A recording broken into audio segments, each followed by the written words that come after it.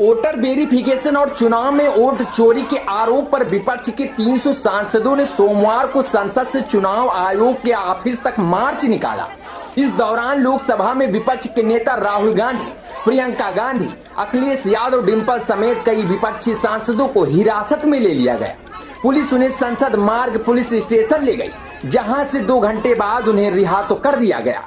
लेकिन हिरासत में लिए जाने के बाद राहुल गांधी ने कहा, यह संविधान बचाने की लड़ाई है, यह एक व्यक्ति एक वोट की लड़ाई है, इसलिए हमें साफ वोटर लिस्ट चाहिए। वहीं प्रियंका गांधी ने कहा, यह सरकार डरी हुई है और कायर भी है।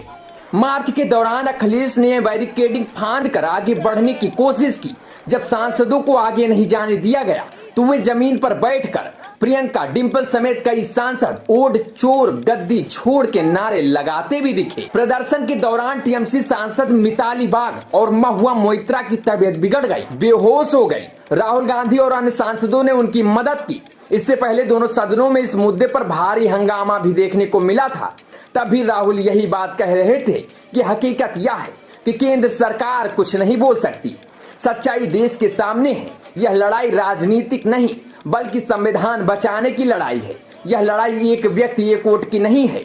हम एक साफ सुथरी वोटर लिस्ट चाहते हैं। दिल्ली पुलिस ने एक बयान जारी किया जिसमें कहा गया कि मार्च संसद के मकर द्वार से शुरू हुआ। सांसदों के हाथों में वोट बचाओ के बैनर थे। हालांकि दिल्ली पुलिस ने कहा था कि इंडिया ब्लॉक ने मार्च के लिए कोई अनुमति नहीं मांगी है, इसीलिए इलेक्शन कमीशन जाने से पहले ही मार्च को परिवहन भवन के पास बैरिकेडिंग लगाकर रोक दिया गया। मसलन वोट चोरी का मुद्दा अब संसद से उठकर सड़कों पर आ गया था।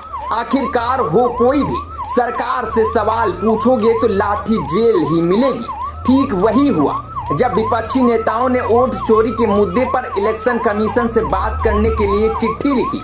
फिर चिट्ठी के आदेश पर इलेक्शन कमीशन ने आज दोपहर का समय दिया था, लेकिन इलेक्शन कमीशन ने कहा था कि 30 लोग ही मिल सकते हैं। हमारे पास ना तो पार्किंग की व्यवस्था है और ना ही ज्यादा लोगों के ठहरने की, जिसमें 25 राजनीतिक दल के नेता शामिल हुए। लेकिन विपक्ष ने पैदल जाने का फैसला किया, जिससे प्रशासन को काफी दिक्कतों का सामना करना पड़ा।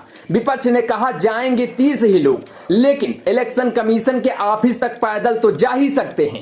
लेकिन भीड़ इतनी बढ़ गई कि पुलिस को काबू करना ही पड़ा और राहुल गांधी, अखिलेश यादव, प्रियंका, डिम्पल जैसे तमाम सांसदों को हिरासत में लेना ही पड़ा। लेकिन मैं यहाँ पर आपकी जानकारी के लिए यह भी बता दूं कि अगर अखिलेश यादव, अगर डिम्पल यादव, प्रियंका गांधी और राहुल गांधी ये कह रहे हैं कि वोट चोरी हुई थी, वोट चोरी की गई थी, तभी पीएम यानी कि नरेंद्र मोदी पीएम बने थे, तो आखिरकार इसकी सच्चाई पूरी दुनिया, पूरे देश के सामने तो आनी ही चाहिए। इस पर आपका क्या मानना है? कमेंट बॉक्स में कमेंट कर जरूर बताइए।